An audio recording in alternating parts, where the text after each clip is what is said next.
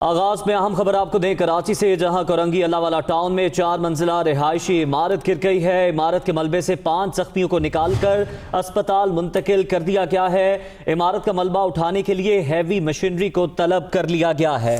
इमारत के साथ मलेका दूसरी इमारत को भी नुकसान पहुंचा है। शामिर से ताज़ा तरीन अपडेट्स जानते हैं। शामिर, बताइएगा इस वक्त क्या सूरत हाल है? शामिर, आपको आवाज आ रही है? शामिर से बात करने की कोशिश करेंगे। मनाजिर आपके सामने हैं और आप देख रहे हैं कि अहले इलाका की बड़ी तादाद भी मौके पर मौजूद है। ये कोरंगी अल्लाहवाला टाउन का इलाका है जहां 4 मंजिला रिहायशी इमारत गिरी है और मलबे से 5 जख्मियों को निकाल लिया गया है। रेस्क्यू सरगर्मियां मौके पर जारी हैं। हैवी मशीनरी तलब कर ली गई है। इमारत गिरने से मलबा सड़क पर फैल गया है, आप देख सकते हैं टेलीविजन स्क्रीन पर। और बताया जा रहा है कि कोरंगी में गिरने वाली इमारत ग्राउंड +4 दुनिया न्यूज शामिर खान से। शामिर, ताज़ा तरीन क्या अपडेट्स हैं? जी देखें, बिल्कुल जो जख्मी 5 निकाले गए तो उनमें बताया गया है कि 3 खवातीन शामिल हैं, जबकि 2 रोज कबल ही डीसी कोरंगी की जानिब से इस इमारत को मखदूश करार देते हुए इसको खाली करने के अहकाम भी दिए गए थे। तमाम बेशतर जो फैमिलीज यहाँ पे रिहाइश पजीर थी वो इस इमारत से निकल चुकी थी, जबकि चंद एक खानदान के बारे में बताया जा रहा है जिनकी तादाद 1 से 2 बताई जा रही है। 1 से 2 फैमिलीज जो है वो इस इमारत में थी जब यह अफसोसनाक वाकया पेश आया। आज तो आपसे कुछ देर पहले ये इमारत जो कि ग्राउंड +4 बनी हुई थी ये गिरी है और इसमें जी शामिर से बात करेंगे, लेकिन फिल वक्त आपके बताएं कि इमारत गिरने से मलबा सड़क पर फैल गया है। हमारे नुमाइंदे शामिर खान हमें बता रहे थे कि क्या सूरत हाल है। डीसी कोरंगी ने 2 रोज़ कबल इमारत को मखदूश करार दिया था। ब्यूरो चीफ कराची असलम खान भी हमें ज्वाइन कर चुके हैं। असलम खान, जब इस इमारत को मखदूश करार दिया गया तो उसके बाद कोई वक्त फराहम किया गया था इसे खाली करने के लिए? 2-3 चीजें होती हैं। बाज़ दफा ऐसा होता है कि एक वक्त दिया जाता है 24 घंटे का, और 3 रोज का भी वक्त दिया जाता है और 1 हफ्ते का भी वक्त दिया जाता है। वो इस इमारत की हालत को देखते हुए, अभी जिस तरह शामिर ने बताया कि डीसी कोरंगी ने जब यहाँ का दौरा किया था तो उन्होंने इसे मखदूश करार दे दिया था, लेकिन जिस तरह हम इससे पहले भी बात कर रहे थे कि कुछ जो रिहायशी होते हैं, जो कराची में 300 से ज्यादा इमारतें मखदूश करार दी गई हैं, तो उसमें बहुत सी मुकामात पर, बहुत से वाकयात में हम ऐसा देखते हैं कि जो लोग होते हैं वो खुद भी खाली नहीं करते और उसके बाद इस तरह की सूरत सामने आती है। लेकिन साथ साथ जो इंतजामिया है, जो इंतजामी इदारे, उनकी ये जिम्मेदारी है कि वो जब किसी चीज को इस तरह देखें कि वो मखदूश है तो उसे फौरी तौर पर खाली कराने के लिए जो अपने इख्तियारात हैं उनको इस्तेमाल करना चाहिए, लेकिन वो वैसा नहीं होता और उसके बाद इस तरह का हादसा होता है और उसके दाएं और असलम खान, क्या उन्हें मुतबादिल जगह फराहम की जाती है? देखिए, किराए पर होते हैं। अब उनकी जाहिर है कि जो लोग, जिस तरह हम बात करते हैं कि जो नदी और नालों पर तजावुजात पे रहते हैं, तो जब उनके लिए कोई मुतबादिल जगह नहीं है तो ऐसे लोग जो किसी इमारत में एक किराए पर रहते हैं तो जाहिर है कि हुकूमत इसकी जिम्मेदारी लेने पर तैयार नहीं होती कि उन्हें वो मुतबादिल जगह दे, क्योंकि हुकूमत कहती है कि जब वो किराए पर है तो किसी और जगह जाकर के किराए पर रहें। लेकिन चूंकि ऐसी इमारतों में कुछ किराया बराए नाम होता है तो लोग भी कोशिश करते हैं कि वो वहां रहें, और कराची में हो रहे हैं। और बहुत सारे वाकयात में ऐसी भी है कि जो नाकिस तामीरात हैं, या जितनी हम पहले भी बात करते रहे कि जितनी इमारतों की इजाजत होती है कि 3 मंजिला या 5 मंजिला, उससे जायद मंजिलें बनाने पर भी जो है बिल्डिंग मुनद्दिम होती है, मखदूश हो जाती है। और उसके साथ साथ एक नाकिस तामीर एक बड़ा मसला है, और उसके साथ साथ एक और बड़ा मसला हालिया दिनों में जो हुआ था, जब बारिशें हुई थी तो कुछ इलाकों के हवाले से, इसी कोरंगी क्रॉसिंग में कुछ अपार्टमेंट के हवाले से ये बात सामने आ रही थी कि वहाँ उनकी बेसमेंट में पानी जमा रहा है 5 से 7 दिन। तो इमारतों की जो बुनियादें जो पहले ही इतनी मजबूत नहीं बनाई गई हैं वो कमजोर हो गई हैं। अब ये जब डीसी कोरंगी ने जब विजिट किया था, अब देखना ये कि ये हालिया बारिशों में कुछ इसमें कोई मसला आया, या इससे पहले ही जब ये इमारत जो अभी भी ज़ेर तामीर थी, ग्राउंड +4 इस इमारत के बारे में बताया जा रहा है कि जिसकी वजह से ये इमारत मुनज़्ज़म हुई है। लेकिन अब ये चीज सामने आई कि बहरहाल इसे मखदूश जरूर करार दिया गया था। इंतजामिया का एक दौरा और इस पर एक नोटिस तो सामने जरूर आया, लेकिन बात फिर वहीं आ जाती है कि क्या एक जो इख्तियारात इस्तेमाल करने होते हैं, या क्या जिम्मेदारी सिर्फ ये है कि एक नोटिस दे दिया जाए और उसके बाद जो इंतजामी तो क्या इस मामले पर मालिक जो बिल्डिंग का है वो गिरफ्त में आएगा? असलम खान, देखिए, पहले भी ऐसा ही हुआ है कि जो बिल्डिंगें गिरी हैं तो मालिक गिरफ्त में आए हैं। बाद में अदालतों से उनको अगर कोई रिलीफ मिला, जमानत मिली, तो वो फिर मामला कोर्ट में था। लेकिन ऐसा हुआ कि इमारत मुनद्दिम हुई तो मालिक गिरफ्त में आए हैं। जहां पर जो इजाजत थी कि 3 से 4 मंजिला, वहां पर अगर गैर इमारतें ज्यादा बना दी गई या कोई नाकिस तामीरात हुई, उस पर या फिर कोई जो हिफाजती इंतजाम नहीं किए गए उस पर। तो अभी तो जो कोरंगी के जो डीसी हैं वो जब मीडिया से बात करेंगे तो कल सामने आएगी कि उन्होंने किस बुनियाद पर इस इमारत को महदूद करार दिया था, इस इमारत को खस्ताल करार दिया था। फौरी अहमियत के हामिल तो ये बात है जिसके बारे में शामिर से हम अपडेट्स जानेंगे कि कितने लोगों का मलबे तले दबे होने का खदशा इस वक्त शामिर जाहिर किया जा रहा है और क्या हैवी मशीनरी पहुंच गई मौके पर? अभी तो जो इलाका मकीन है और जो यहाँ पे ईदी छिपा के रजाकार हैं वो रस्सियां लगा के और ड्रिल लेके जो है वो इस इमारत के मलबे पर मौजूद हैं। फायर ब्रिगेड का अमला अब से कुछ ही लम्हों पहले जो है वो यहाँ पे पहुंचा है और उनकी मदद भी ली जाएगी रेस्क्यू ऑपरेशन में। लेकिन ये तमाम पे रेस्क्यू ऑपरेशन ऐसे चल रहा है कि मलबा जो पड़ा है उसमें मलबे में जहाँ लोग अपनी मदद आपके तहत जिस मलबे को थोड़ा रिमूव कर सकते हैं और उस मलबे को हटा के इस इमारत के अंदर दाखिल होने की कोशिश कर रहे हैं, तो यकीनी तौर पर वो भी जान पे खेल रहे हैं क्योंकि नॉन टेक्निकल लोग हैं, इक्विपमेंट्स नहीं है। अपनी मदद आपके तहत यहाँ पे काम किया जा रहा है। ईदी छिपा के रजाकार यकीनी तौर पे यहाँ पे मौजूद हैं, लेकिन वो भी इतने वेल इक्विप नहीं है। रस्सियां लगाई गई हैं, उनके जरिए जो है मलबे के अंदर दाखिल हुआ जा रहा है। लेकिन बोला ये गया है कि जब डीसी ऑफिस की डीसी कोरंगी की जानिब से बोला गया कि इस इमारत की गिरने के खदशात हैं, इसकी हालत जो है वो ठीक नहीं है, तो लोगों ने जो इस इमारत को 2 रोज कबल ही खाली करना शुरू कर दिया था। लेकिन अभी भी 1-2 फैमिलीज के बारे में बोला गया है कि वो इस इमारत को छोड़ने से कासिर थी और कई बार बोलने के बावजूद भी छोड़ा नहीं गया है। तो ताहम उन्हीं के 2 खानदानों के बारे में बोला गया है कि वो इस इमारत के मलबे में मौजूद थे जब यह अफसोसनाक वाक़या पेश आया। ताहम अब भी उनको निकालने की कोशिशें की जा रही हैं। यहाँ पे जो अहले खाना इस मलबे में फंसे हैं उनके वसा भी यहाँ पे मौजूद है, जिन्होंने अभी एक्चुअल तादाद नहीं बताई क्योंकि यकीनी तौर पे वो गम से निडाल हैं और सिर्फ कह ये रहे हैं कि उनके प्यारों को यहाँ से निकालने के लिए इकदाम किए जाएं, जिससे ईदी छिपा फायर ब्रिगेड के एहलकारों के साथ साथ पुलिस की टीम भी हम यहाँ देख रहे हैं कि रेस्क्यू ऑपरेशन करती हुई दिखाई दे रही है। एक्चुअल फिगर का हाल सामने नहीं आई है कि कितने लोग इस मलबे में फंसे हुए हैं।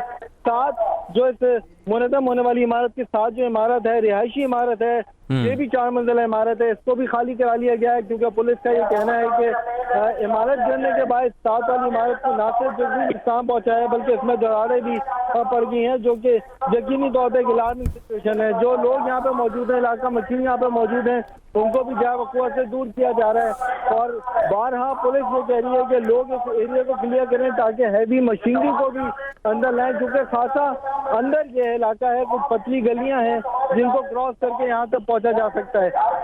लेकिन इलाका मकीन जो कि खासा बड़ी तादाद में इस मुकाम पे, ना सिर्फ इस मुकाम पे बल्कि इससे आने वाले मुकाम पे भी जो है वो खासा बड़ी तादाद पे जमा है, जिनको बारहा दरख्वास्त की जा रही है कि वो इस रास्ते को क्लियर करें ताकि हैवी मशीनरी आए और इस ऑपरेशन को जल्द अज जल्द जो है वो मुकम्मल करे। अभी यहाँ के जो इलाका मकीन है और जो रेस्क्यू की टीमें हैं वो यहाँ पे मौजूद हैं। डीसी कोरंगी ऑफिस का मतलब जो यहाँ पे जो मुलाजिमीन हैं वो भी यहाँ पे मौजूद हैं। ऑपरेशन रेस्क्यू ऑपरेशन शुरू कर दिया गया है, लेकिन मैन पावर इस्तेमाल की जा रही है। लोग यहाँ पे मौजूद हैं, ड्रिल का इस्तेमाल किया जा रहा है। लोग यहाँ पर मौजूद हैं लेकिन जिसकी ज़रूरत है हैवी मशीनरी की वो यहाँ पर मौजूद नहीं है। शामिर, ये भी बताइएगा इस वक्त इलाके में जो सूरत हाल है कि यहाँ पर मजीद किसी हादसे से बचने के लिए जो बिजली है, गैस है, उसकी सप्लाई मुअत्तल की गई? जी, अपना सवाल रिपीट करिएगा। शामिर, आपसे ये जानना चाह रहे हैं कि मजीद किसी हादसे से बचने के लिए यहाँ पर गैस बिजली की सप्लाई मुअत्तल की गई है इस वक्त? जी देखिए, बिजली की सप्लाई के बारे में तो बोला गया है कि जब ये इमारत गिरी है तो मलबा जहां रोड पे गिरा है वहीं बिजली की तारों पे भी गिरा, तो तार यहाँ पे टूट गए हैं और जो सुई गैस का हमला जो है वो दिखाई नहीं दे रहा है। लेकिन पुलिस का ये कहना है कि तमाम मुतल्लिका इदारों को जो है वो इत्तला दे दी गई है, एसबीसी हुकाम को भी इत्तला दे दी गई है और इस इमारत की ना सिर्फ ये मखदूश हुई इस हवाले से भी जाँच पड़ताल की जाएगी बल्कि जो इस इमारत का मालिक था उसके हवाले से भी तफ्तीश की जाएगी, उसके खिलाफ भी कार्रवाई की जाएगी। क्योंकि ये ग्राउंड प्लस 4 मंजिला इमारत थी, ग्राउंड प्लस 3 बनी हुई थी, 4 बनी हुई थी और यहाँ पे कई खानदान आबाद थे, फ्लैट की सूरत में यहाँ पे घर बने हुए थे। और शामिर, इजाजत कितने की ली गई थी, कितने फ्लोर्स की इजाजत ली गई थी इंतजामिया से? जी देखिए, पुलिस का ये कहना है कि अभी तक इस हवाले से जो एसबीसी हुकाम ने कोई मौक़िफ़ नहीं दिया है कि इजाजत कितनी थी, फ्लोर कितने बने हुए थे। लेकिन ग्राउंड प्लस 4 जो है ये मंजिला इमारत थी जिसमें फ्लैट की सूरत में जो है वो फ्लैट की सूरत इसको दी हुई थी, तो यकीनी तौर पर कम से कम भी एक फ्लोर पे जो है वो 2 से 4 फ्लैट की जो है वो गुंजाइश है। क्योंकि इसके साथ जो रिहायशी इमारत है, बोला इलाका मकीन ये कहते हैं कि सेम इसी पैटर्न पे जो है बिल्कुल ऐसी इमारत बनी हुई थी। साथ वाली इमारत जो है वो भी मुकम्मल तौर पे यहाँ पे भी रिहाइश पजीर हैं लोग, और इस इमारत को भी जो है वो खाली करा लिया गया है। एसबी से हुक्काम को तलब किया गया है। यकीनी तौर पे जो इमारत है इसके हवाले से भी तफ्तीश की जाएगी, कितनी फ्लोर की इजाज़त थी और कितने फ्लोर यहाँ पे बनाए गए थे। तमाम साथ साथ ये भी बोला गया है कि डीसी ऑफिस, जिसकी जानिब से 2 रोज कबल ये बोला गया था कि इमारत की हालत जो है वो खतरनाक है, इसके बाद इसको खाली किया जाए, तो इस हवाले से भी तहकीकात की जाएगी कि मालिकान की जानिब से क्या इक़दाम उठाए गए थे। ये तो शामिर, ये बात की बात है, अभी फौरी तौर पर तो यही दरकार है कि जितने अफराद मलबे तले दबे हैं उन्हें फौरी निकाला जाए। रेस्क्यू सरगर्मियां तेज होने की एक सूरत यह है कि यहाँ कोई जिम्मेदार शख्स पहुंचे, कोई आला ओहदेदार पहुंचे। कितनी देर हो गई इमारत को गिरे हुए और यहाँ अभी तक कौन कौन पहुंचा? आज देखें, अफसोस के साथ कहना पड़ता है अभी तक कोई जिम्मेदार आला हुक्काम तो यहाँ पे नहीं पहुंचे। सबसे पहले जब ये इमारत गिरी तो सबसे पहले तो यहाँ पे मौके पर मौजूद होते हैं इलाका मकीन, उन्होंने यहाँ पे काम शुरू किया। उसके बाद जो मुताल्लिका थाने की पुलिस है इसके बारे में बताया गया है कि वो यहाँ पे पहुंची और फिर ईदी और छिपा के रजाकार, तो अभी यही लोग यहाँ पे मौजूद हैं। फिर जो डीसी ऑफिस है उनके असिस्टेंट डीसी कोरंगी के जो असिस्टेंट है वो भी यहाँ पे मौजूद है। उनकी जानिब से मौक़िफ़ दिया गया था कि 2 रोज कबल इसको खाली कराने के अहकाम दिए गए थे।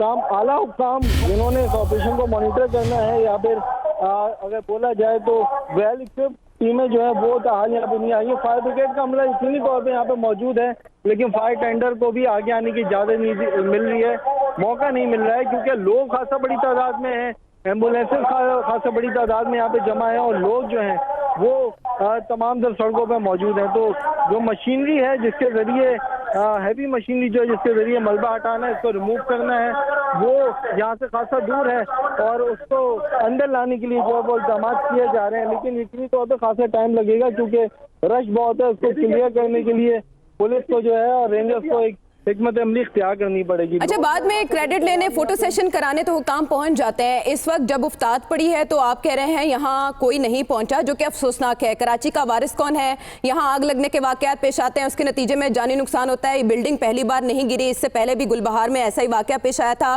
सिंध बिल्डिंग कंट्रोल अथॉरिटी अपना काम कर रही है, वो आइडेंटिफाई कर देती है, लेकिन उसके बाद के कोई इकदाम दिखाई नहीं देते। शामिर, बताइएगा ये कुरंगी अल्लाह वाला टाउन का इलाका किसका हल्का है? यहाँ कौन है जिम्मेदार?